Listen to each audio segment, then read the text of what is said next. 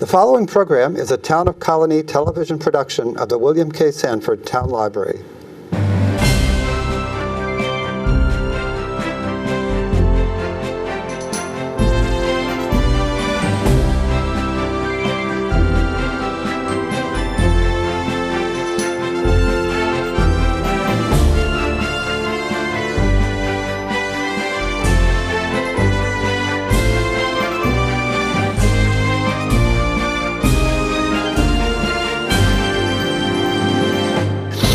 All right, welcome to Getting to Know You. My name is Joe Nash. Today we're going to be talking about the Grant Cottage.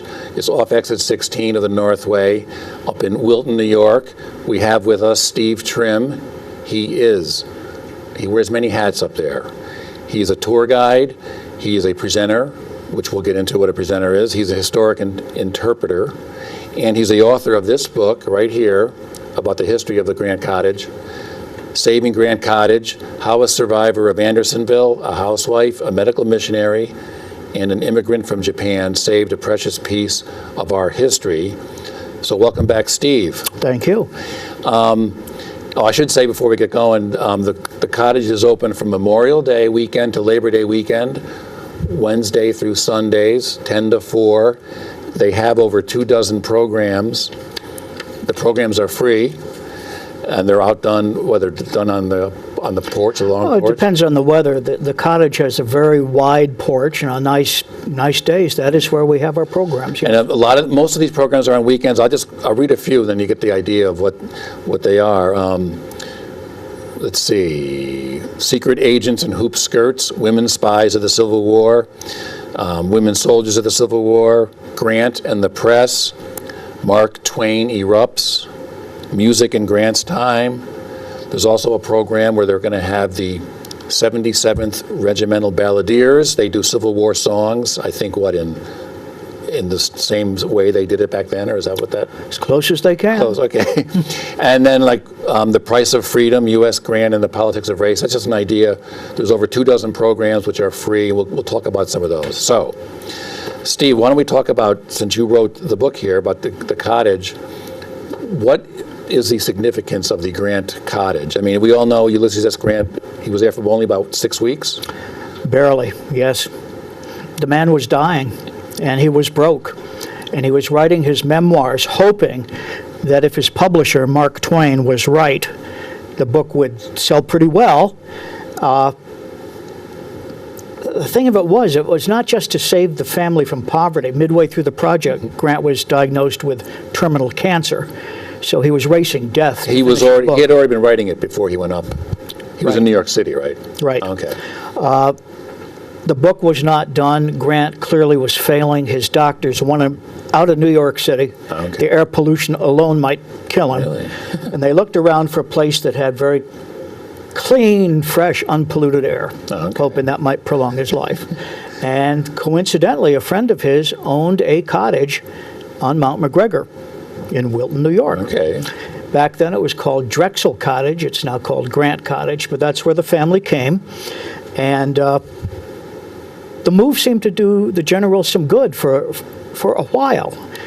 He actually finished his book. Okay. Why don't you can tell me what was life like during that 6-week period, and who was there with, or who was there besides? Well, General Grant was there, his wife, their 4 adult children, their grandchildren, a cadre of medical personnel, a stenographer, a spiritual advisor, a real large number of folks came up with the family from New York. Oh, okay. And it turns out, if people go up there today, this is one of the big things about this, you can explain this when you take the tour, it's basically has remained the same since the day he died? More or less. What does that mean? We have photographs from the times, so we can compare what's there now and what was there in 1885. And a few objects might have been moved a few feet from their original location. But it's the same furniture, Same furniture, everything as it was. Really? That's pretty... And also, I think, I don't know what the word is, I've forgotten it, the funeral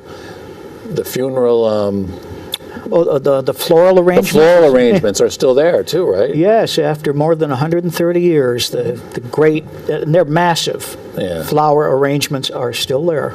So what are some of the, as people, if they take the tour and they walk through, like what are some of the things they would see there?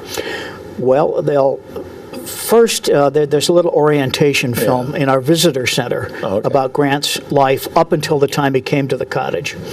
And on the tour, you will see, for example, in a cabinet. Now, by the time Grant got to the cottage, the cancer was throat cancer. He could barely speak. He could only really communicate with written notes, and we have some of his notes. Okay. And in his own very feeble, shaking handwriting. He couldn't talk, right? He could whisper a few words. I know there's a lot of pictures in your book here. He's got like wearing a thing. Okay. Yeah. So we have some of the notes he wrote while he was there. Okay. We have in what we call the sick room. Because of the cancer in his throat, if Grant tried to sleep lying flat, he would choke to death. Oh, okay. He could only sleep sitting up. Oh, okay. And when he was living in New York City, his family had bought 2 nice, big, comfortable chairs. The chairs were brought up from New York. They face each other. Mm-hmm. This way, Grant could put his legs on the chair in front of him and have a backrest and sleep sitting up. Okay. So those are still there. And you were telling me a minute ago he finished his memoirs, and it turns out that his memoirs are a very significant memoir in American history of all the people who have written memoirs, which are obviously thousands. Tell me about the significance of his memoirs. Well, he wrote the book. His real motivation was to try to save his family from poverty, because he was their only real source of. He was their breadwinner, but he was dying. But hadn't he written a few articles that were very well received, and someone said after the family went broke, the president of the bank where the Grants kept all their money was a con man, and he robbed every depositor, cleaned them all out, including the Grants. And the first thing the general did to try and recoup a little of what he had lost was writing some magazine articles about some of his Civil War battles. And they were so well received that the next logical thing was a book, his memoirs. And they are so good. They have never been out of print. They are called a military classic. They are studied at West Point. It was remarkable. This man had no background as a writer at all. But not only are the memoirs military classics, the man was a president, and so it's also classified as a presidential memoir. And it's a memoir that just is an American memoir. I mean, it's his whole life. So one thing about Grant, his place in history seems to be a roller coaster. It's up, it's down, it's up, it's down. It seems like in the 21st century, it seems to be on the uptick again. Why do you think there's such a roller coaster up and down of his place? Well, he was down for so long because Southern propaganda was mistaken for actual history. The South just couldn't believe that this little guy whose dad owned a tannery had beaten Robert E. Lee, the great patrician. And so they came up with all kinds of character assassination theories about him being a butcher, didn't care about his own men, would just throw their lives away, and have fallen down drunk. And people didn't really study what the South had said for 50 years. They just accepted it as historical truth. And there was also his administration did have a few scandals. I don't know if... Yes, his second term. But one of the things that scholars have uncovered is that some of those nefarious activities that came to light had actually begun during the Lincoln administration and subsequently the Johnson administration. And they did come to light during Grant's time. And he should get credit for revealing the corruption rather than be blamed for it. But there were, in his second term, some friends that he had appointed to high office that turned out to be Scallywags, yes. Okay, that's a word I haven't heard since high school history. So some of the events, or all the events I just mentioned earlier, we have. You don't have speakers. I say you're a presenter on these programs. So it seems like it's more than just a lecture. What's a presenter? I mean, how is it? Well, when I do programs, I usually portray General Grant. Okay, you do a historical interpretation. Yes. Not impersonation. Absolutely not. Okay. Interpretation. But I do other historical figures connected with Grant and his times. One of them that I portray is a fellow named Oliver Clark. Clark was the first caretaker of Grant Cottage after the general died. He was a live-in caretaker. And Oliver had served in the Union Army during the war, been captured at Cold Harbor, and imprisoned at Andersonville. And about, I'm going to say 15 years ago, some of the friends of Grant Cottage found in an old filing cabinet Oliver's handwritten 40-page account of being a prisoner at Andersonville. Okay. And I try to bring him back to life and tell his story in his own words. Okay. And in fact, on opening weekend, which is Memorial Day weekend, I will be portraying Oliver on Sunday afternoon. I urge people to go to the Grant Cottage website. There are so many programs this year, so many different topics.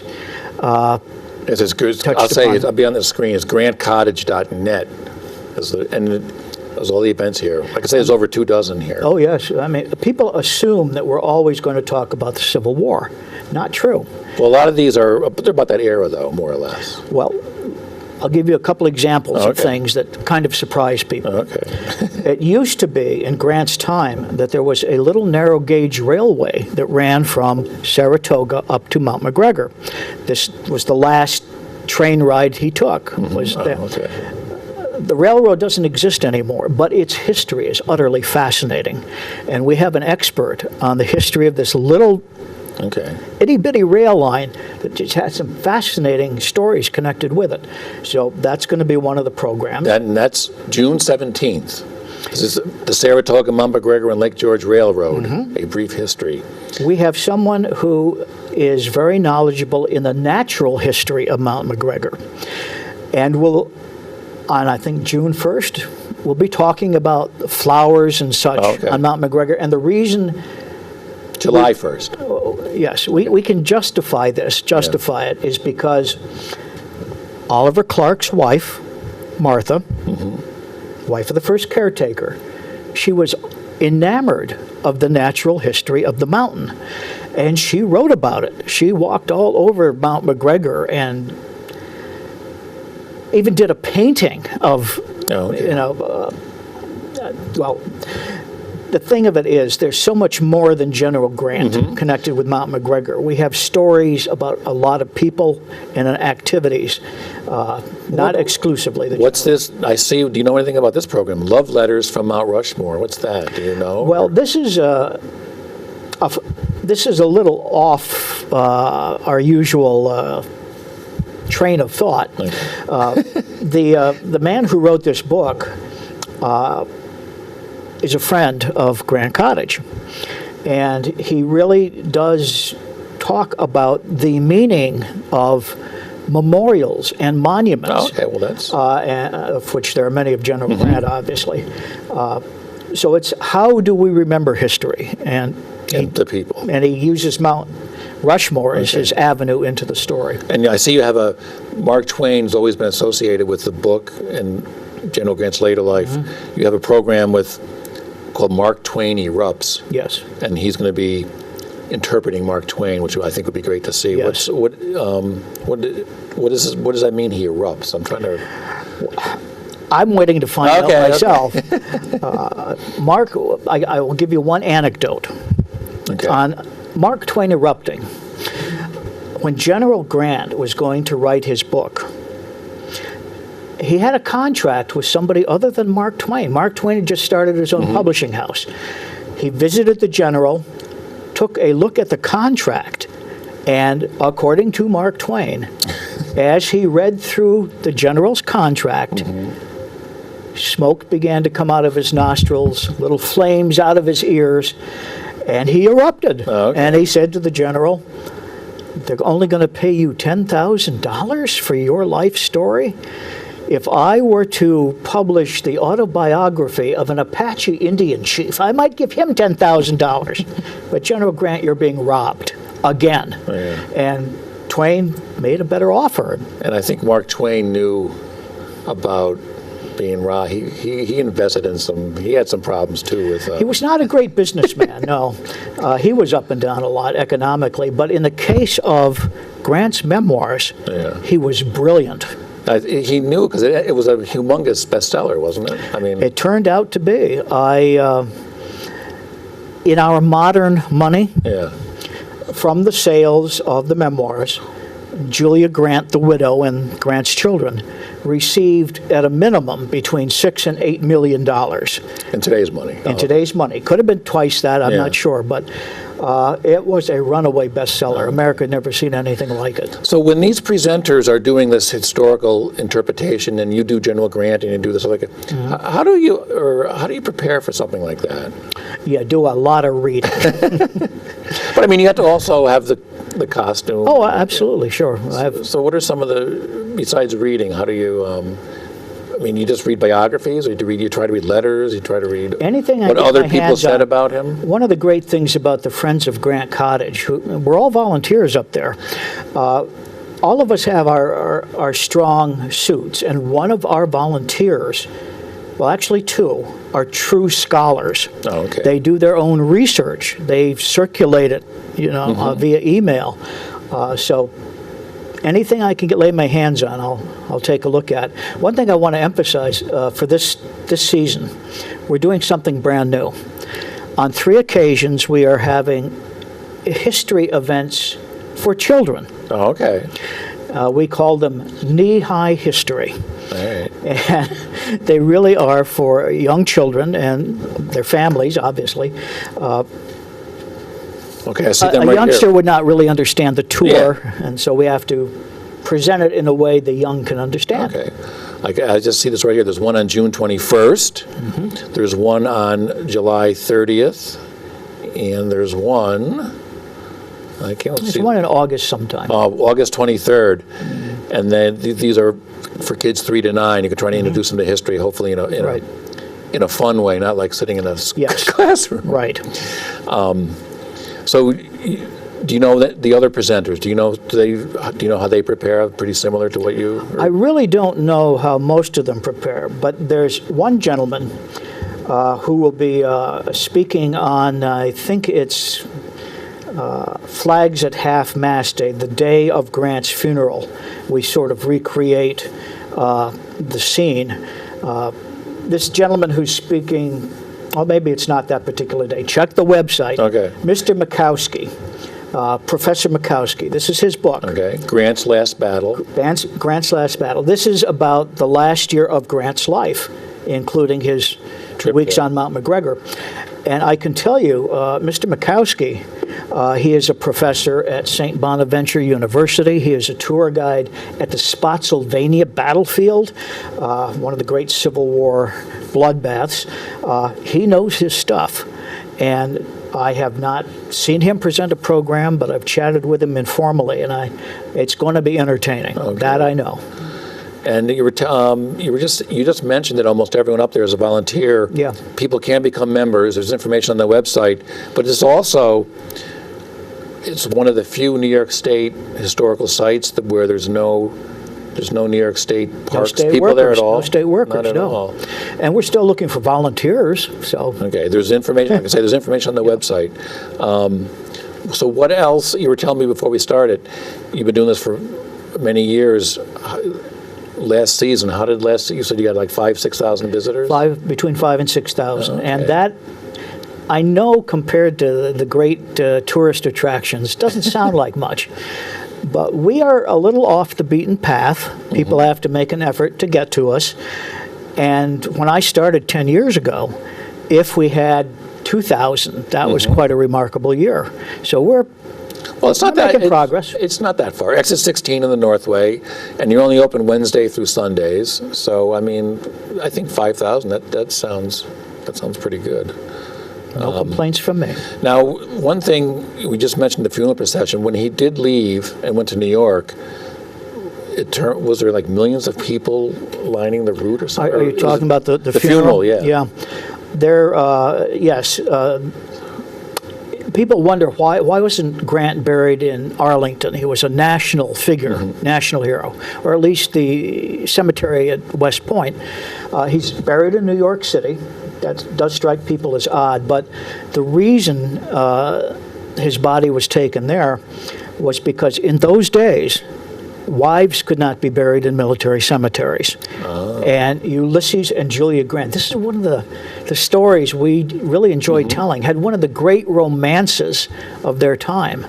And they made a vow that they would be together in death as they had been in life. Oh, okay. So the military cemeteries were out, and New York City offered a place for both of them when her time came as well. And that is why Grant's tomb is in New York, not Washington. Very good. So I'll just say one more time, it's grantcottage.net, Memorial Day weekend to Labor Day weekend, 10 to 4. Click on the events. There's over 24 events like we've been talking about. The events are free, and even if you want to take the tour, it is only $5 to get in. Seniors are $4, which is pretty good, I think. We've got no complaints about that either. And people can become a volunteer. And what would a volunteer do? Help lead tours? Or they? Well, it depends on your interest. If you want to help run the visitor center and the bookstore, if you want to do tours, if you want to do outreach and go to historical societies and talk about Grant Cottage, we're always trying to do outreach too. There is also on the website a little link to, it says what? Ulysses S. Grant Resources, which is a wide, if you're interested, what are some of those links? Well, there are many Grant historical sites, and all of them have their friends groups. Oh, okay. Where most people associate him with Galena, Illinois. That's where he was living just before the Civil War. So they have a friends group. The little town where he was born has a friends group. The house is still there. Near St. Louis, there are Grant sites, and also there are Grant scholars with whom you can get in touch. The Grant papers are at, I think, the University of Mississippi, of all places. But you can... Now, does he have, like, now that you're mentioning all this, is that about average for a U.S. president, or is there more for him than, do you know? I really don't know. I'm going to assume that there are... This is unusual, I think. Probably. He's also one of the few on our currency. Say that again? He's on the $50 bill still, isn't he? Yes, last I knew. Yeah, it turns out he is a significant president, and both militarily and his presidency. Well, thanks for coming, Steve. Glad to be here. So come up to the cottage. I will try to. I want to see Mark Twain is one of my favorites. Maybe I'll come for this. Mark Twain erupts. Mark Twain erupts. I just like the name of it. So this is Steve's book. You can buy it up at the Cottage in the bookstore. The History of the Cottage.